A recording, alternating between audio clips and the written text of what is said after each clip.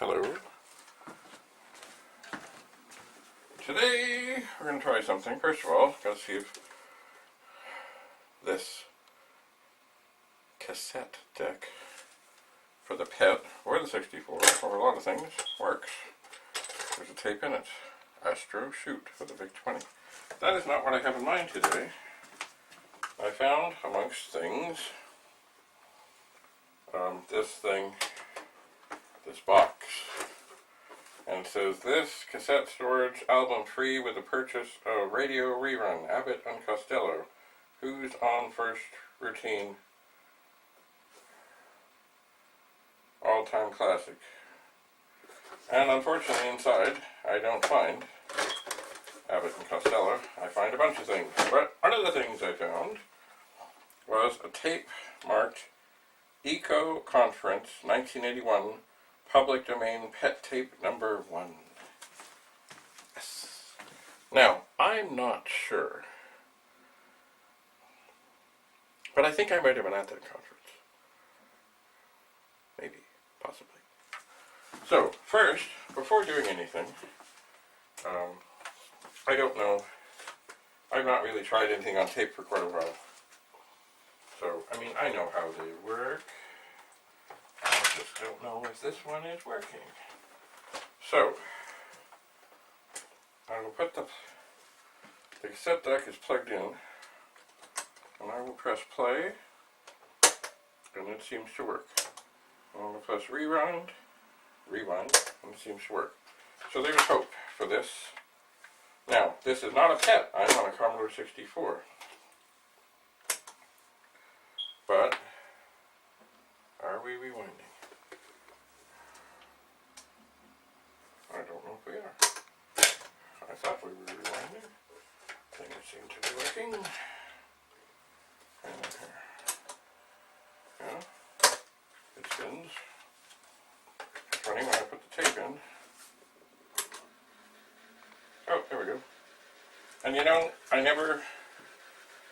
the first cassette deck I started with was black, and it was inside the PET. And when the white ones came out, I was like, oh, well, you know, those white ones, they're just not the same. And true, they're not the same, they look much the same, but they do have a counter. And when you're using a tape, for those that have not used a cassette tape before, it is not fast. There is nothing fast about it. It is painfully slow, and you can put more than one program on a tape, but it only gets to it when it gets to it. And the addition of the counter did make a great difference, because if you, like in the old days, you just say, well, hang on, we'll fast forward like a minute and a half, and then we do load, whatever, and we'd hope. And generally, it wouldn't work. I'm still rewinding. But when you hit a counter, you could rewind the tape all the way to the beginning, reset the counter, and you could actually write down where things were supposed to be. So you could kind of get them faster. Now, you'd never go by that exactly. You'd always be a little bit off, like, say, 5 or 10 back. So I'm going to try loading Butterfield. Butterfield. And it's going to say press play on tape. And I'm going to press play. Now, it's funny, I don't remember this. But anyway, the screen on the Commodore 64 just went blue. This is not the way the PET used to work. The PET, it would just sit there, say, searching for Butterfield, and then it would give you updates. Which maybe means that soon, because I don't see anything happening. Mind you, this tape could be completely ruined by now. It's only, oh my, 81, 91, 2000,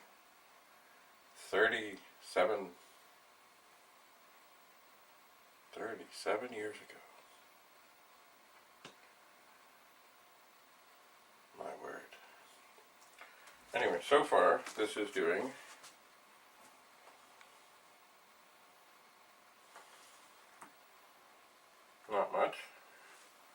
counter is going. The tape is playing. The tape that I don't know if it really works. Also, what else don't I know? I don't know if the tape drive works, but it is spinning away there. I know this is a little out of shot.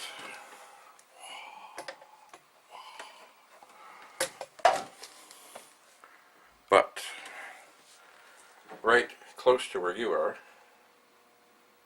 is an 8296, which is essentially a pet. So let me just see. You'll hear the magic sound. Oh, magical.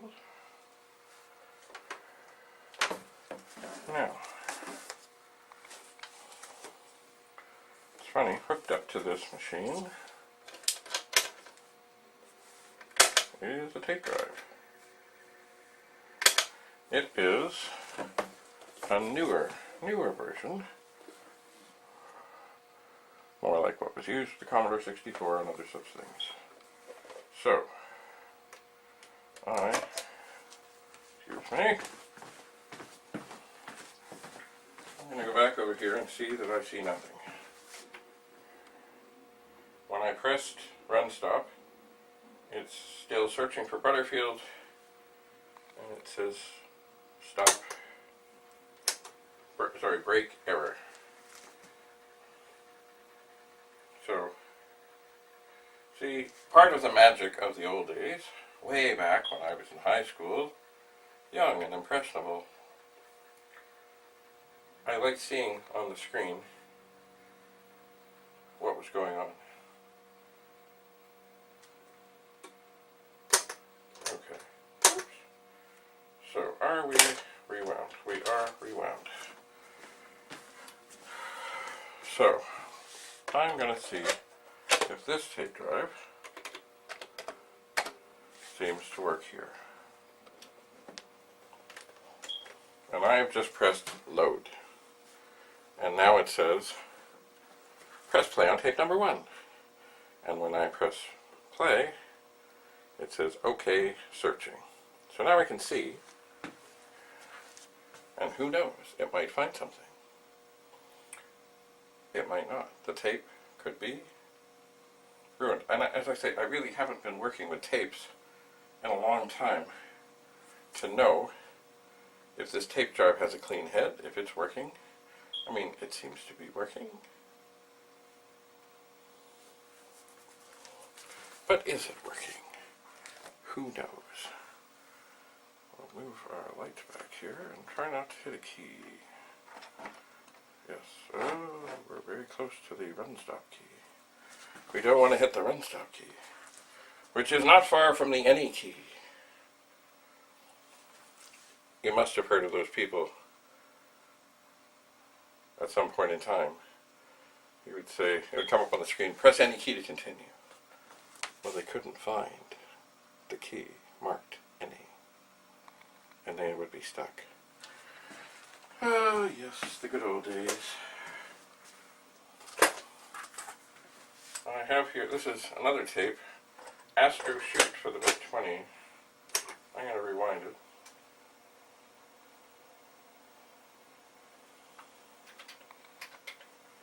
And more so, just for press play on tape 1, play.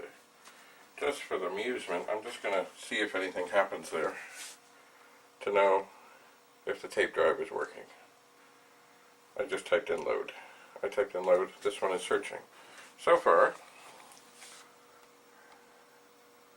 and I think yes, it is spinning. I can see it. It has not found anything, which is not a good sign, because usually things were fairly close to the beginning of the tape. Usually. There are other things in here. Oh, well, this tape drive looks like it's working because it has found Astro Shoot. It doesn't say it's loading, but it's found it. Maybe it's going to load it. And there are other tapes in here.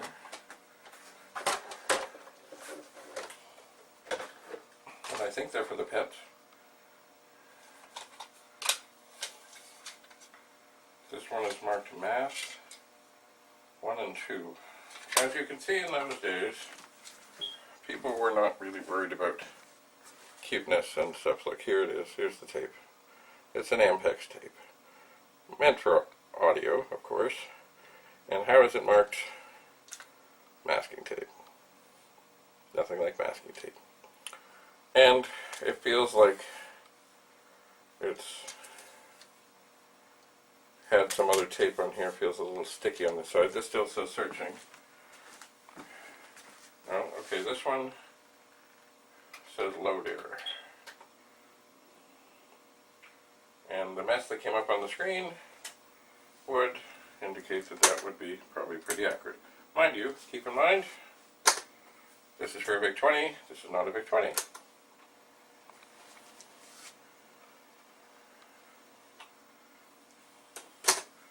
So, but I know that at least that tape drive did something. Oh, the joys. Oh, I'm going to once again say load. I'm going to press play. This is on that math tape. Who knows? Something might come up. This one is still searching. But you know what? Even just seeing the green screen, the press play on tape 1, it takes me back to Northern Secondary School, sitting in the back. Oh. Okay, that tape drive has found something. And you know, even though it's for the pet, if it's a very basic program, no pun intended on basic, it might just load. I don't know. I could look for a Vic-20. Also, I can, now that I know that this is kind of working, I can test out this tape in there and see what comes up on there. So, yes, tapes are sequential, tapes are slow, but the tape drives, of course, for the original pet, were built in, so they came with it. It wasn't an added expense, it was just there. And the disk drives were expensive. First of all, they were only dual disk drives that I remember at the beginning. And they cost a ton. Now, being fair, going back to things like the TRS-80 of the time, you would get the machine, and I guess you had a cassette, or you had to get one. You always had trouble because you had volume control issues. You didn't have the volume right, it wouldn't load. But also, you couldn't really add anything of significance until you got this expansion box. The expansion box didn't add anything, it just allowed you to add things. Which, that expansion box was about the same amount as the original computer. And then there was the Apple, which, well, they were all right, but they were overpriced. Everything Apple has always done, they are very pleased to charge an awful lot for it. They always have been. Look at the iPhones. They're always pleased to make great things and then charge great money for them. And then do things like, oh, it's alleged that then so that people would upgrade and buy more phones, they made some of the older ones work slower. I don't know how, but they did. So they could sell more phones. Which, it's funny, you know, the people who want to get new phones are going to get new phones. The people who can't afford to and want to use their phone just want it to work. And eventually they'll upgrade. But if you really want to upset your client base, screw them over. Slow the phones down. Make them not work as well. Or now, of course, what happens is that, oh yes, there's a great program coming up, but oh, you don't have the right iOS because yours can't do that. So, anyway, I'm not saying Apple is evil. They make great things. I have an iPhone. I love it, love it, love it, love it, love it. But they've always been very happy to charge a lot of money for what they do. Going way back. Oh. This is no longer spinning. I do not know why. I will press play again. Because it did say it found a program. This is still searching. It's doing nothing. I don't know why that stopped spinning. I don't know. Anyway, the joys of working with tape. Mind you, on big computers, they use tapes. Huge tapes. Great big, thick, monstrous things. That's what they did. And really, a disk is no different than a tape. It just happens to be around, and you have random access to it. The thing on your back of your bank card is not much different. Just a magnetic strip holds a little information. That's all it does. Or I guess not the bank card so much anymore, but certainly like my gas card. I put it in, and you know what it says? It says, "Remove quickly." I'm not sure if they're afraid someone's going to see me. Oh my God! Take it out quickly. But that really, it's so that it can read it as it comes out. Just the same as if the tape was going past the head, or the disc was going round and round. So this is spinning.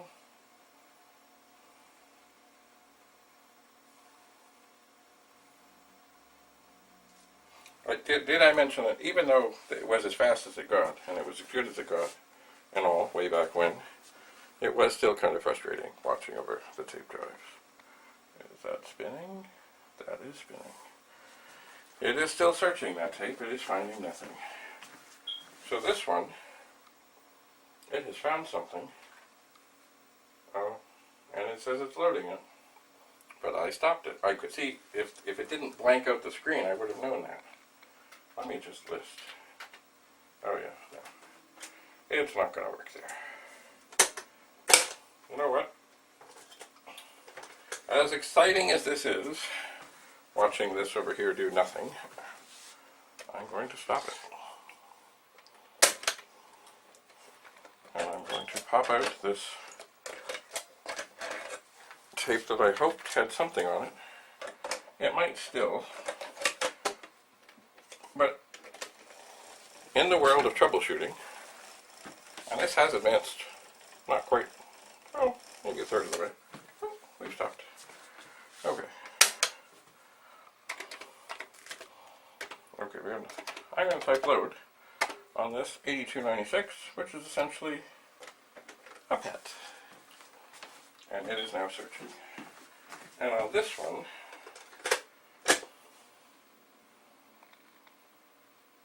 because I know this one reads, I'm going to back it up all the way to the beginning. This one is searching. This one is rewinding. And the counter is counting, or counting backwards. It may be, if this comes up with nothing, it may be that this tape drive is not to be trusted. And this tape drive may be trustworthy. Okay, it's funny, you can always hear as it's getting to the end, it's slowing down. Because the one reel is much bigger, the other one is much smaller. Oh. And it almost sounds like an old Volkswagen trying to get up a hill. We're almost there. Alright, I think we're there. I'll pop it out. Yep, we're on the leader. The leader, I don't understand exactly why. Press load, press play. The leader was a part of, before the tape, which was not usable. It was just the leader. It wasn't very long, but it meant that you had to get the tape off the leader before you tried to record something. And if you didn't do that, of course, it would try and write on the leader, and it wouldn't save, and you'd have to do it all again, and spend more time.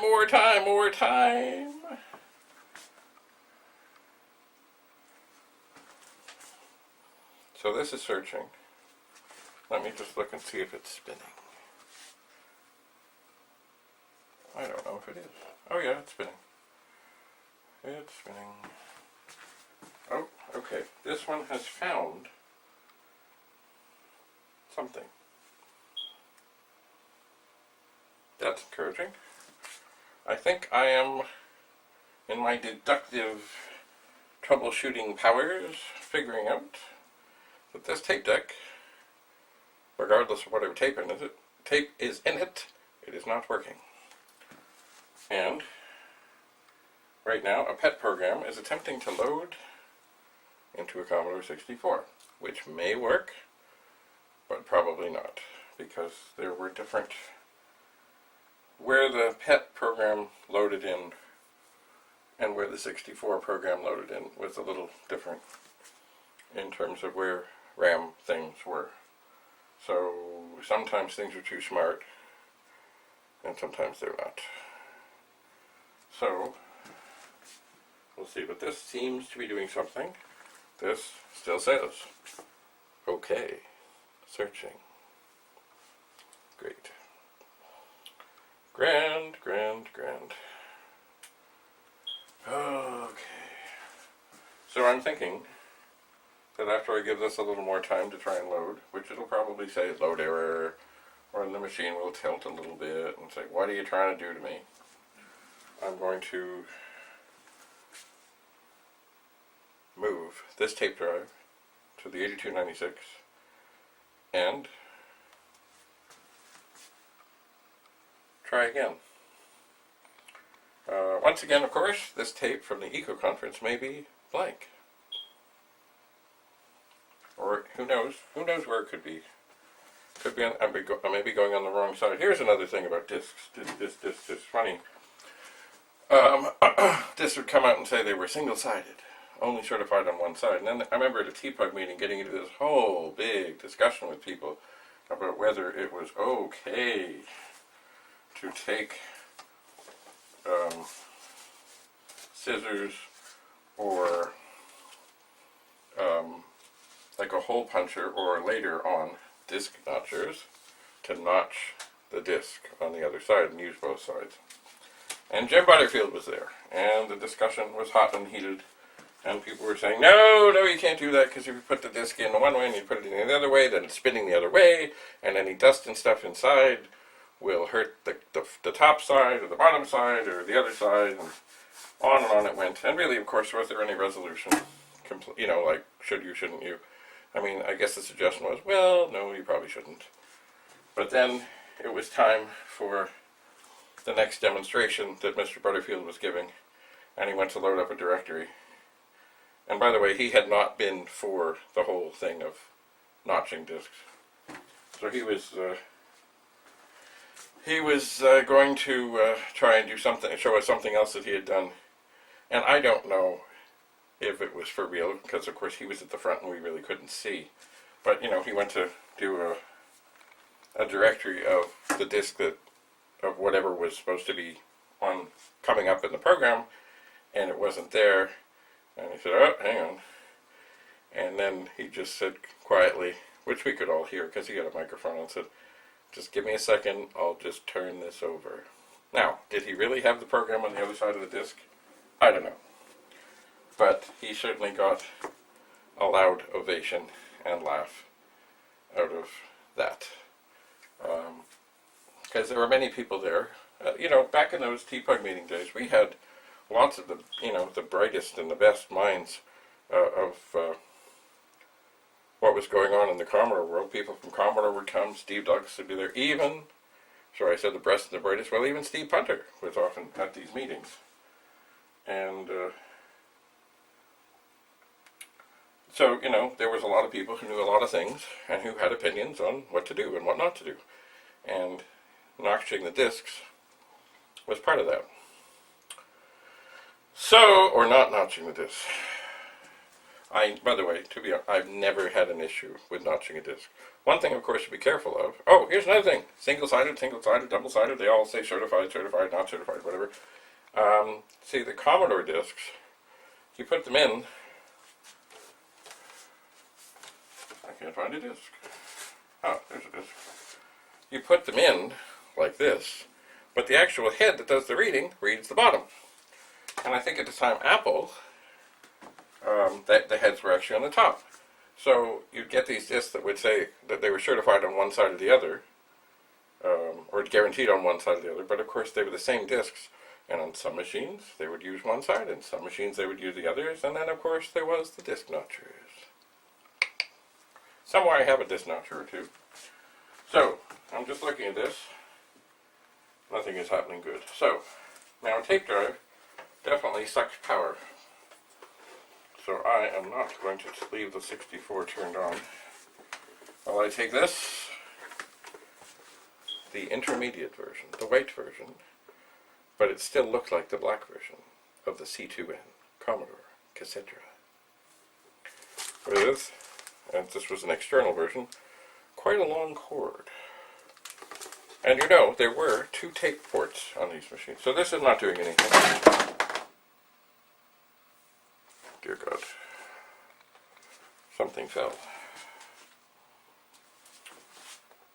I don't know. So, I'm going to move my Diva light over here. Give me a moment while I step over here. Turn off the 8296.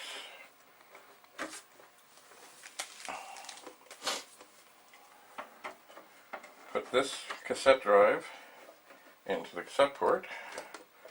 I'm going to eject the mask tape that said that it found something. Now, okay, so tape drive is in. The pet is alive. Oh dear, what's up now? Just a moment.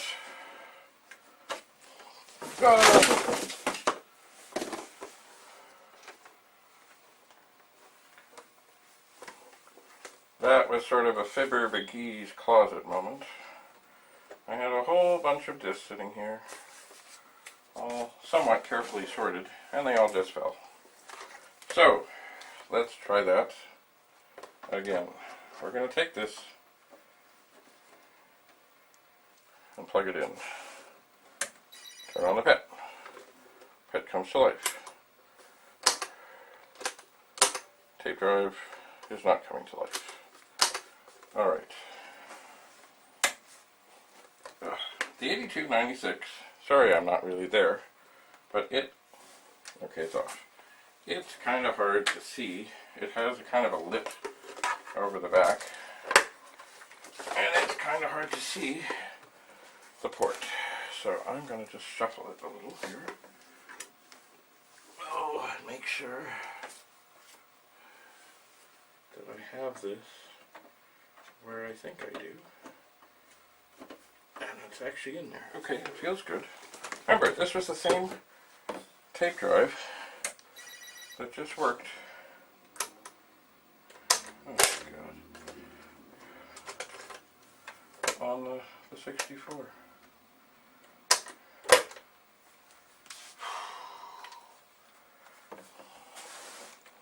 But now it's not spinning. Alright, let's try.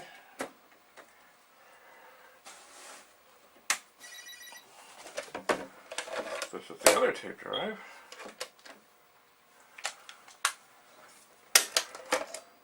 That just was working on here. And now it's not working. Oh. And I still can't really get a good view under there.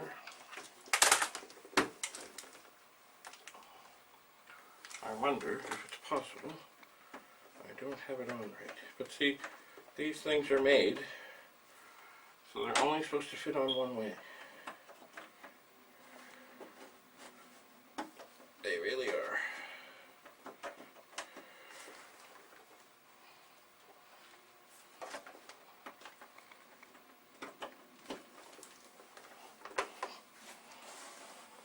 Alright.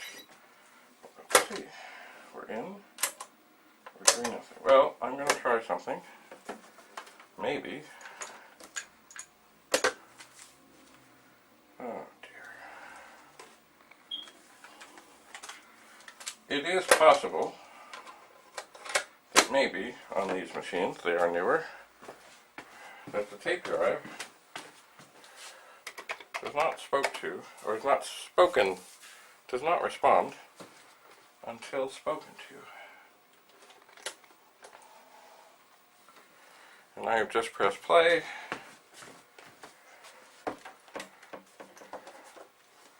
And it is doing nothing.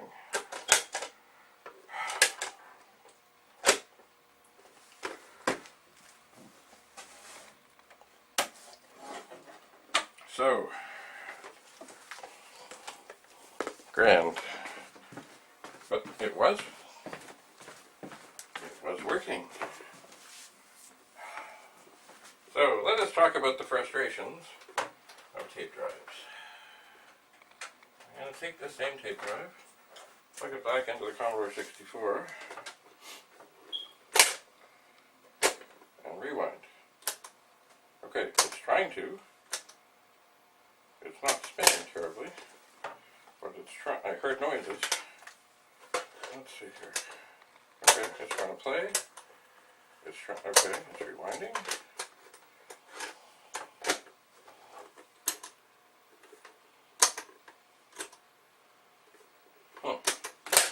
It's funny. I hear it trying, but it's not happening. Maybe this tape is a little stuck. Oh, where is a big pen? A big pen was a beautiful, okay, it's turning, was a beautiful thing. Well, it's kind of turning.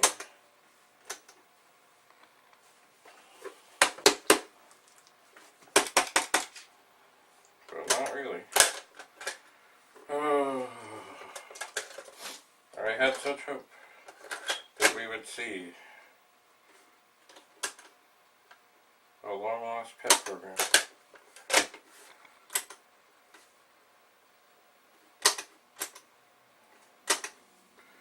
But this still, I mean, it's possible. But it's not going well here. I do not understand. See, oh, there's all the discs. Oh dear. You see, this just worked here.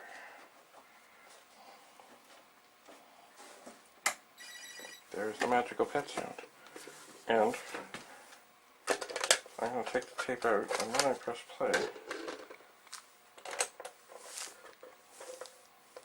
nothing is happening. Oh dear.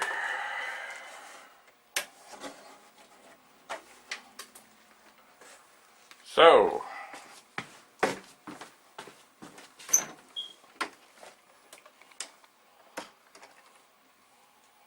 what have we learned? Well, I suppose I needed a good refresher on how frustrating it is using the Commodore tape drive. Because actually I have 3 here. I know one of them doesn't work. But now I wonder, what has happened to the 8296? What's wrong? Everything else always worked on it. And I was very careful to never, ever plug a tape deck into a machine with the power on, because there is significant power that runs through that port to power the tape drive. But it is not working. So this will take further experimentation at another time. So as much as I had hoped that we might have seen something magic, there is no magic today. None. So, I hope some of my mutterings have been interesting and helpful and insightful, and I feel privileged that I was alive and able to share in the magic of the Jim Butterfield experience at many TPUG meetings, and that over the years we stayed in touch and spoke at shows together in the United States, and I will cherish his friendship always. And the way he used to say cassette tape. Anyway, I've had enough of cassette tapes for today. I'm sure you have too. Until we meet again, stay tuned.